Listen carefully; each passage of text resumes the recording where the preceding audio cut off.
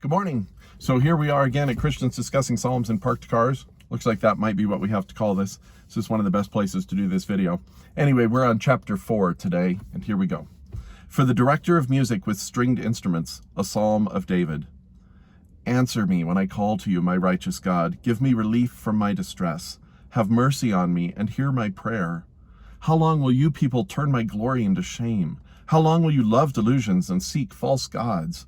Know that the Lord has set apart his faithful servant for himself. The Lord hears when I call him.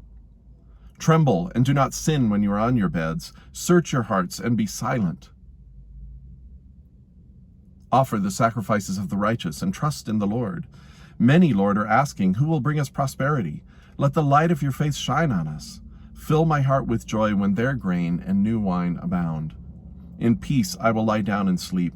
For you alone, O Lord, make me dwell in safety.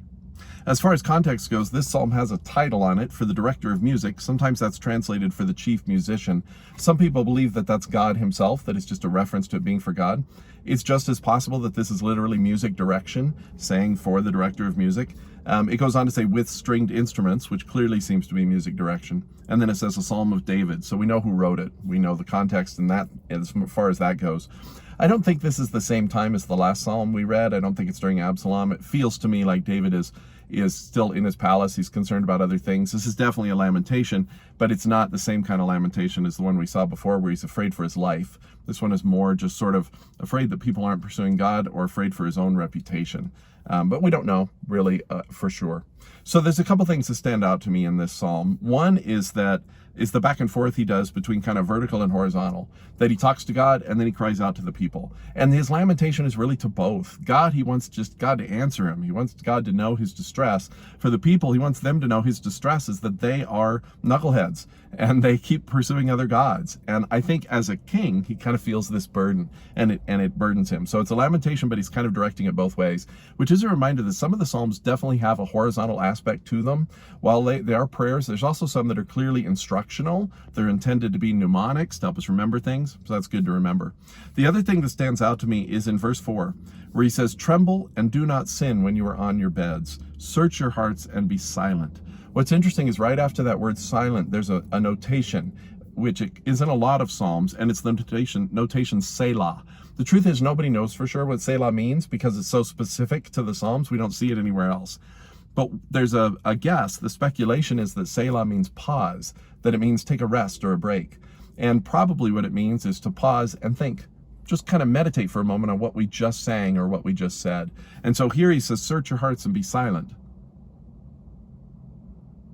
And then it's like he forces that silence. I think silence is hard for us. I think COVID-19 for a lot of us has meant trying to figure out what to do with silence. I think it's interesting that in Hebrew worship, they actually had a command for silence as part of worship. I don't think we do that very often, and it definitely stands out to me. And then you kind of see the good side of that at the end when he says, then I lay down in peace. You know, that silence for him, it isn't scary or oppressive. He's able to relax because he knows he dwells in safety with the Lord. So those are my thoughts. I guess for you guys to ponder, I would say, when's the last time you were silent before God? That you were able to just sit in stillness and listen for God's voice and maybe just let him speak to you. Maybe he just comforts you or maybe he just brings it to you. I think silence takes an effort, and I think the first few seconds, maybe minutes of silence are really hard. It doesn't mean your brain isn't working, but it just isn't all this extra outside stimuli coming in. So maybe consider that. And then the other thing I would ask you to ponder is what else stands out to you in Psalm 4? I would love to hear it. Thank you guys very much.